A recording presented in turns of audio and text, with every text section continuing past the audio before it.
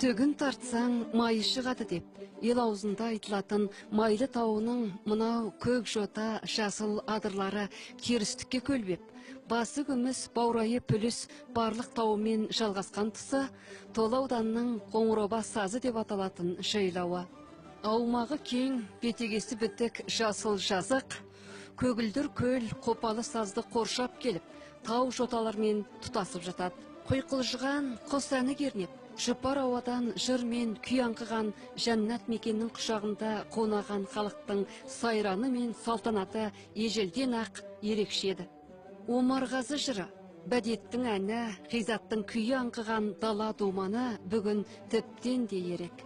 Аққу ұшып қаз қонған көл жиегінде, аққу мойын домбыра пішінінде ақ ордалар тігіліп, Олы жүңгір жыр тойының түселін күткен. Партия 19 кезекті құрылтайын қарсы алған, көрікті мекен құрып, бай бақытты Тарбағатайды жырлап, отан арманын жүзеге асырайық тақырыбындағы Тарбағатай аймағының 21 кезекті ақындар айтысы, мәдениет саяхат мерекесі 21 маусымның тамылжыған таңында мәнді де мазмұндылығымен дүйім елді жалт қаратты.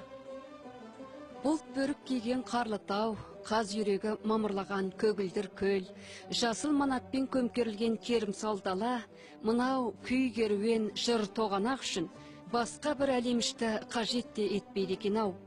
Қазаққа ою өрнекпен толқындалған көгілдір көл реңдес алаң ашық сахна мінбесі қадалған жанарларға табиғаттың қамар көркін ашып берді.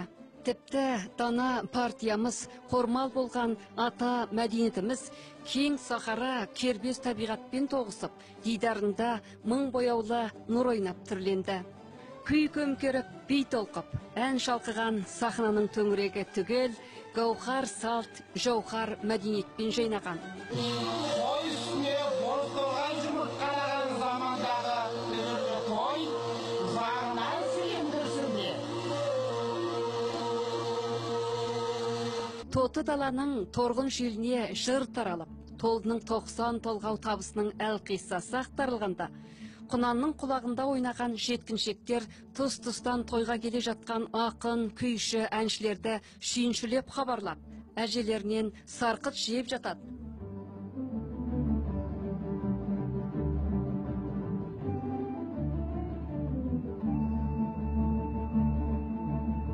Әуелі киелі көшті бастап, қасына Емілдің ақын, өнерпаз қыз жігіттерін ертіп, жыр жамбоза Жамалқан Қарабатыр қызы жеткенде, той болып жатқан ауылдың адамдары алдарынан сусын алып шығып, ақын апаны атынан қолтықтап түсіріп, зор қошаметпен той төріне бастағанда, көрермен халық сүйіне қол соқты.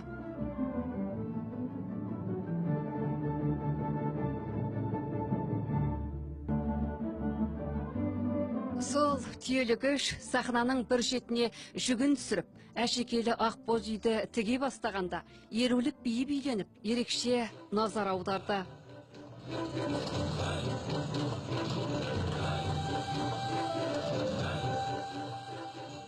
Тарбағатай аймақтық 21 кезекті ақындар айтысы, мәдениет саяхат мерекесінің той бастары осылай тамашасына таңырқата берді.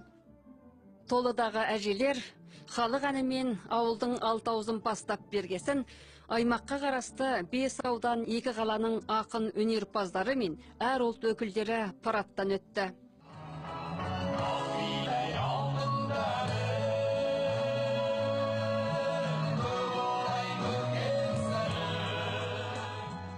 Барқыт бел мен барлықтан, салқын сабат сауырдан, ерен қабырға етегі мен жұмғар жиегінен, майлы жайырда той болып жатыр деп, сауқым салып жиналған сал серлер мен кербез керімдер өңшең жорға жүйріктерін шолғытып, әр ауданның әр елі әнін шырқап, жыр мерекенің салтанатын асырды.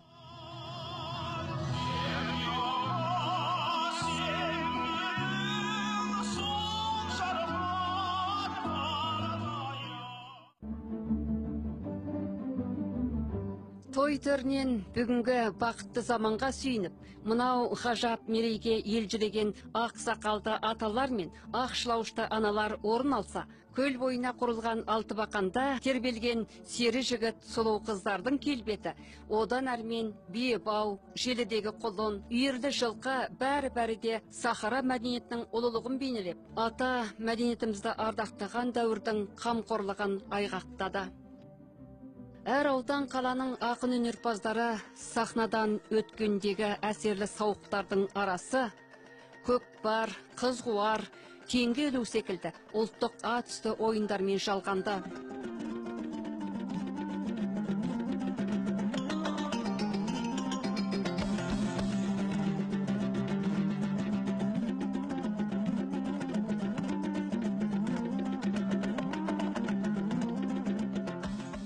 Мемлекет туын желбіретіп, ат үстінде тік тұрып шапқылаған, Сахараның өрлігін айқындап, алуан қилы неше түрлі ат өнерін көрсеткен азаматтардың екпінді ерлігіне ел назары ерекше болды.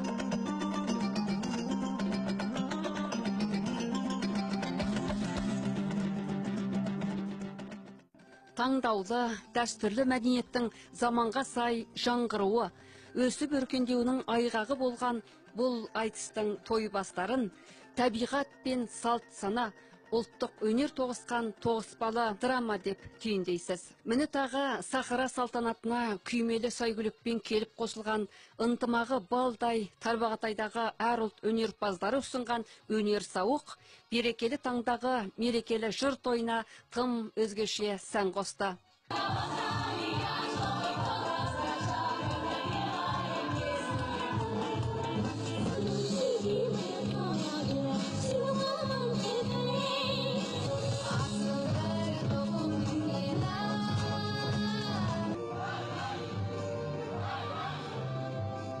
Соңында барлық өнерпаздар сүйікті жұңқы әнін қосыла шырқағанда, ұлт мәдениетін ардақтап, бүгінгі бақытты заманды сыйлаған партия мен отанға деген шексіз махаббаттың асқақ үні жайлау аспанына самғады.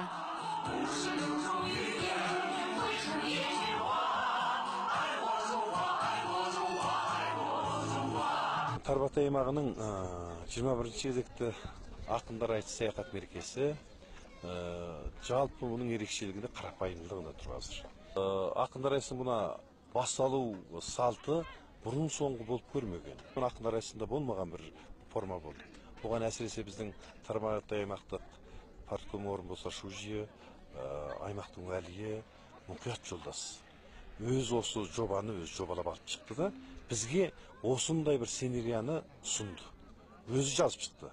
Сонымен осы сценарияның тұлғасы бойынша біз осы жердегі өнерпаз режиссер балаларды жиып, осыған арнайы группа ұйымдастырып, осы бір майдан осы сахнадан өтетін парадтың жүлгесіне 16 мен бас режиссер, одан сыртқары 16 қосымша режиссер істеттік. Бұдан кеткен істетілген ат 90 ат. Одан көш.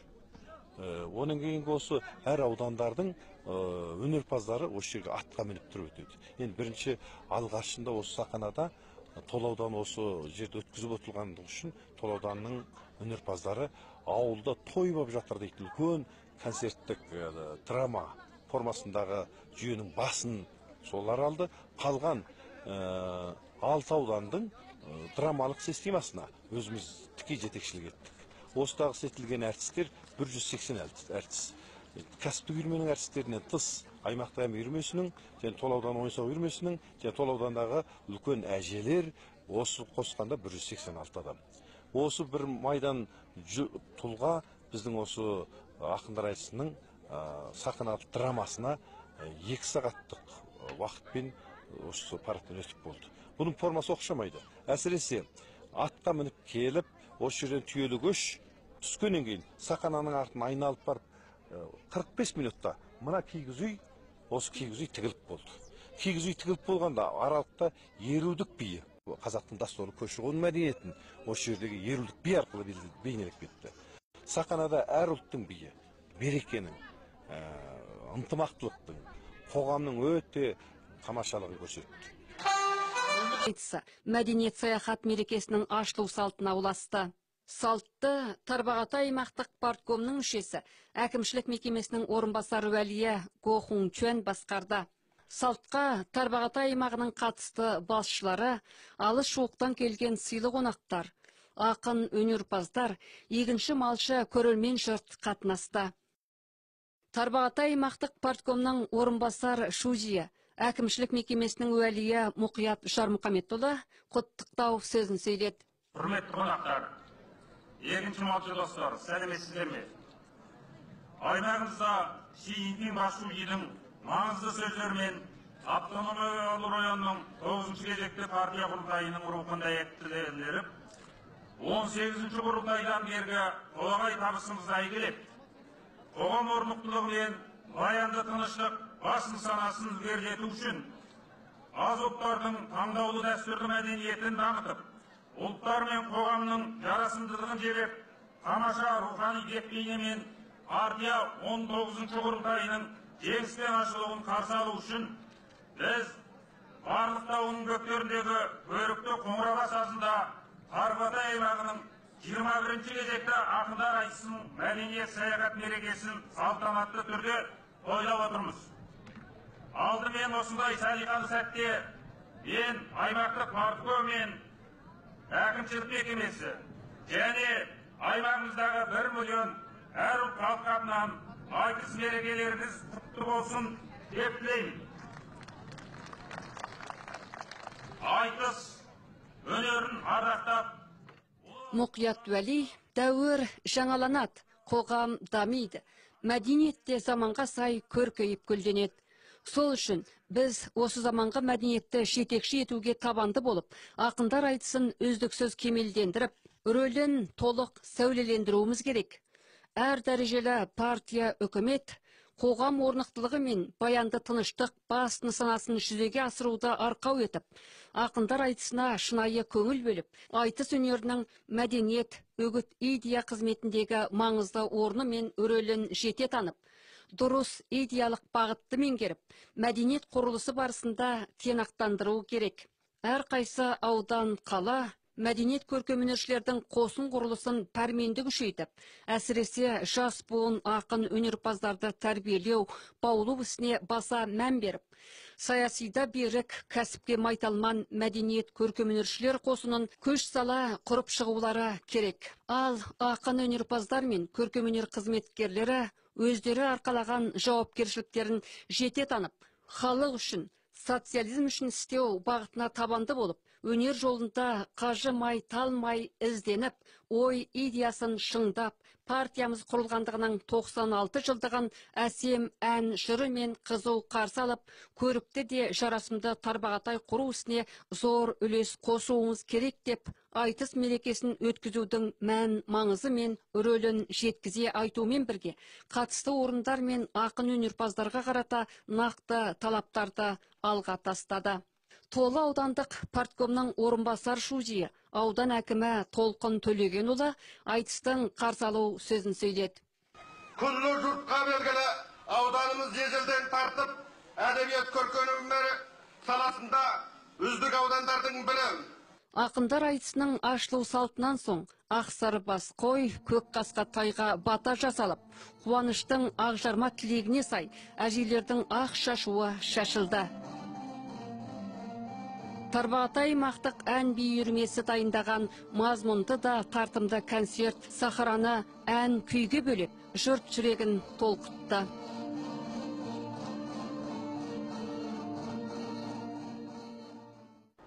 Толаудан осының алдында 4 рет осы аймақтың ақындар айтысын өткізген. Мынау 5-ші рет өткізуі.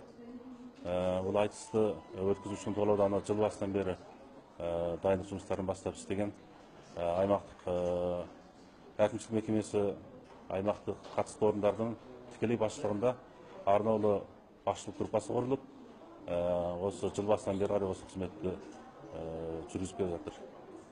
Бұдан соң осы жолы ақындар айтысының енді үлкен мазмұнында үлкен өзгеріс, енді ұмытылып бара жатқан кейбір салт дәстүрлерін қайтадан осы халыққа жүздестіру, қайтадан осы экранның артына алып шығу мақсат етілді. бұл айтыс басталғаннан бастап аяқталғанға дейін сол көрермендер осы бір жағы айтыстан да жатса, енді бір жағынан сахна мәдениетімен, қазақтың тұрмыс салт дәстүрімен, осы ішінде түрлі киіз үй мәдениеті, ас үй мәдениеті, осы сияқты түрлі мәдениеттермен сусындайтын болады. Тарихта не бір дүбірлі той өтіп, жақсы мен жайсаңдар жиылған. От ауыз шешендер мен жезтаңдай ақындардың ойлы сөз, маржан жырлары ел аузында тараған осынау аңыз дала, абыз дала, азаттықтан кейін өлең жырдың бесігі боп тербелді.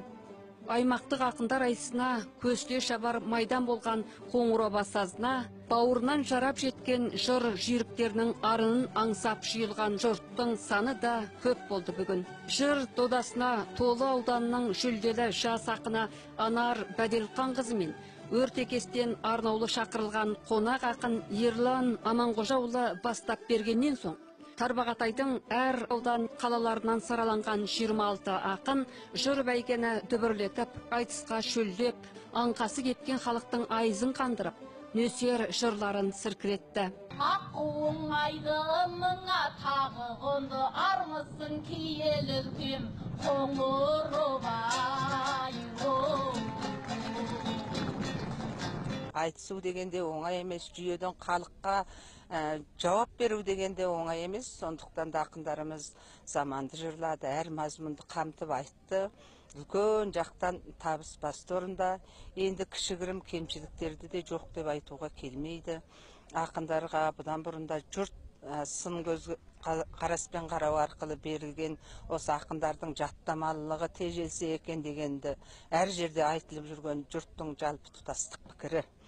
Енді ақындарымыз келешегі үшін, ақындарымыздың бұдан кейінгі айтысының өресі биіктеу үшін жұрттың осы бір сынын дұрыс жақтан қабылдауын мен өз басымнан үміт етемін. Бұл реткі ақындарды бәсекелестіру барысында әділқазылар алқасы төрешілер болып ақылдасу арқылы осыларды жеребе суыртып айтысқа түсіру деген бір мазмұнды қосып, жеребе ұстату барысында бұдан да қызық жақсы шығады екен, әрі өрелі айтыста шығып кетеді екен. Бір ауданның ақыны өзіне әріптес болып қалған жағдайларда жоқ емес, о да сәтті айтыс болды. Бұл да бір бұдан былайғы айтыста қалайдыр бір қолданатын әдіс бекен деп қалды. Құмыл аймағынан кеп тұрмын. Содан бүгін мына Толы ауданының көрікті саз жайлауында болып жатқан ақындар айтысына қатынасқаныма өте қуанып тұрмын. Тарбағатайдың 21 кезектегі ақындар айтысы жақсы өтіп жатыр таңертеңнен бері. Әсіресе мына айтыс ақындарымыз халықты ынтымаққа бастайтын, байлыққа бастайтын, сондай жақсы айтыстар өтіп жатыр.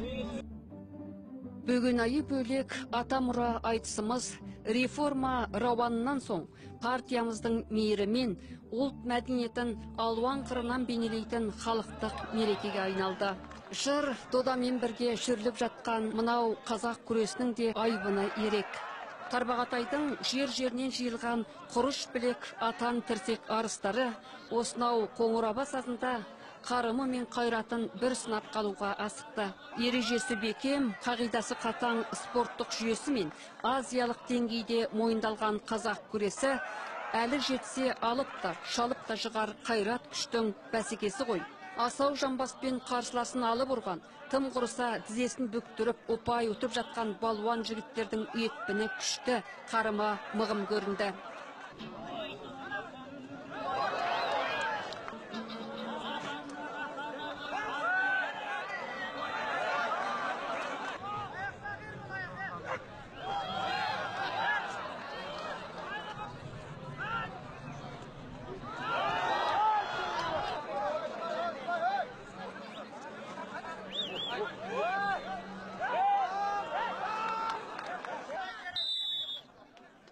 Қазақ күресінен соң нағыз күшті азаматты сынайтын күш сынасу жарысы да қызу мерейлі өтті.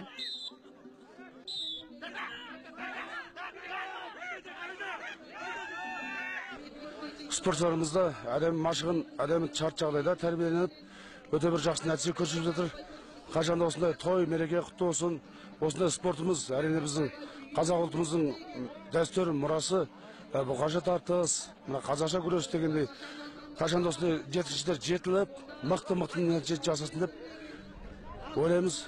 Мына ақындар айтысы болған қатысында біздің осы қазақша, өз ұлт дәстүріміз қазақша күресін алып барып жатыр.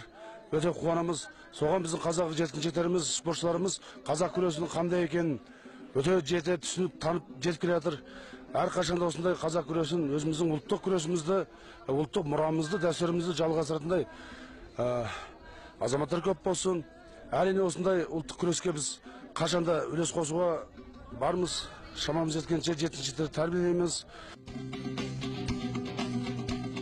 Мынау Қоңырау сазы Тарбағатайдың бүгінгі дүбірлі мерекесінде тұлпарлардың тұяғы мен жон арқасын бір жазып қалуды аңсап жатқандай. Міне енді құнандарын құйғытып шапқан балаларға атқұмар жұрттың аңсары ауды. Бәйгі десе ішкен асын жерге қойып, делебесі қозып шыға келетін халық, анау дөң үстінде жапырлай жиылып, аламан бәйгіні көруге асықты. Жебедей ұшқан зулап, шапшаң күймен, тұяғымен артына ақшаң дейген, анау күрең тым ұшқыр, құла дерен, кіндік анау қаншырдай қатқан жирен.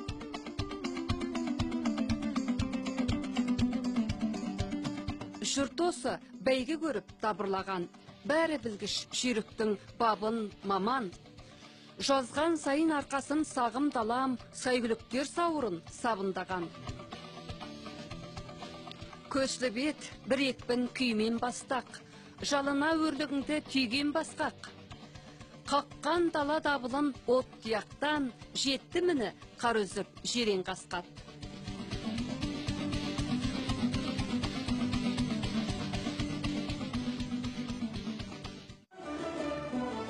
Дәулескер күйшілер өткен мекенде, олардың ұрпағы 10 мың домбырада күй орындап, Шанхай әлемдік Гиннес рекордын жаңалаған домбыра мекенінде, міне сол күй аспабымыз пішінінде тігілген ақбоз үйлердің сәулеті де, өрнегі де көздің жауын алады. Тарбағатай аймағына қарасты аудан, қалалардың осынау өлең тойға арнап тіккен ақ ордалары, көненің көзі боп нұр шашып, тарихтың тілі боп үн қатқандай. Бау шуы мен басқыры, үзігі мен шиіне дейін, әшекей ою өрнек кестелі күліне дейін құлпырып, таңғажайып сыртынып тұр. Шаңырақтан ән мен жыр шалқып, күй көтерілген бүгінгі Қоңырау салтанаты, күнби көңіл халықтың мәртебесін көрермендермен саяхатшыларға осылай айғақтады. Сол ақбоз үйлердің ішінде қазақы дойбы ойыны, халықаралық шахмат жарысы да өтіп жатты. Осынау керім далада жайылған жәрмеңкеде қазақтың қолөнер бұйымдары мен мұрағаттары көз сүріндіріп, қадірі мен қымбатын көкірекке сіңірді. 60-қа жуық үй тігілді. Бұлардың ішінде қарапайым қазақи әшекейленген бұрынғы табиғи мұралар бар. Шамамыз келгенше осыны жидық.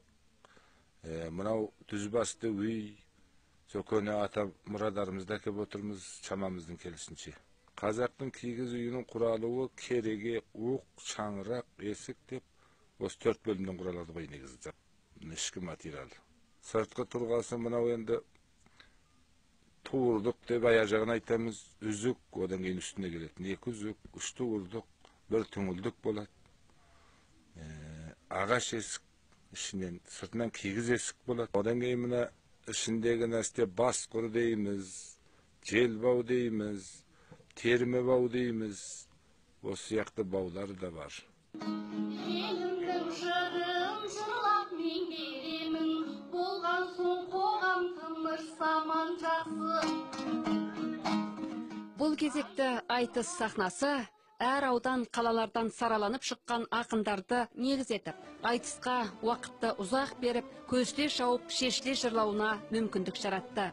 Ертеден салса кеш қозған, өрге салса төс қозған ақындар партияның мейірін, бай бақытты заманды, ұлттардың ұлы берекесі мен баянды тыныштықты жырға қосумен бірге, орамды ой, әдемі әзілдер мен жұртты баурады.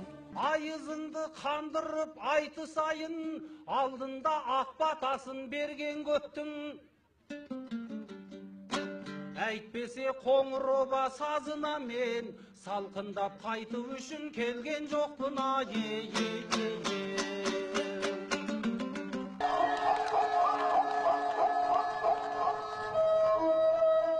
Ақындар айтысына қоса қобыздың қоңыр дауысы көкірек кернеп, сыбызғының сырлы әуені жан тербеп, салалы саусақтар күмбірлеген домбыраның пернесінде жорғалап, ұлттық саз аспаптарының жарысы да өтті.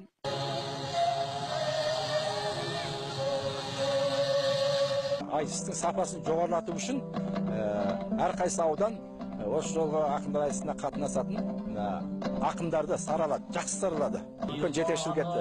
Осының нәтижесінде партиямыздың қазіргі тиімді саясаттары, оның өмірі халыққа тиімді болу, халықтың тілегін тоғыстыру, халық жағдайын ұғысу саясаты ақындар арқылы кең көлемде үгіттелді. Енді осы 3 күнге жалғасқан ақындар айтысында, ақындар айтысын саяхат мерекесін негізге етуден сырт, біз тағы да термешілер, күйшілер, қобызшылар, сымызғышылар жарысын отырдық. Одан сырт палуандар жарысын, өзінің дене салмақ түрі бойынша. Оның өмірі бұқаша тартыстап қояды екен, енді қазақша айтқанда күшін асу жарысын отырдық. Одан сырт біз қазақтың дойбы жарысын. Оның кейін бұл ақындар айтысында халықаралық мәдениетпен ұштастыру үшін халықаралық шахмат жарысында бірлестіріп оздырдық. Бұның көлемі біршама тең болды. Одан сырт ат бәйгесі, қолөнер бұйымдар көргізбесі, қимылдар оздырылды. 28 ақын қатынасқан, осыдан 8 ақынды сыйладық. Қалған 18 ақын шабыттандыру сыйлығын алды. Жалпылағанда осы жолғы ақындар айтымыз ынтымақты, берекелі, үнемшіл өткізілді. Әрі бұрын өресі жоғары болды, сапасы жоғары болды деп есептеймін.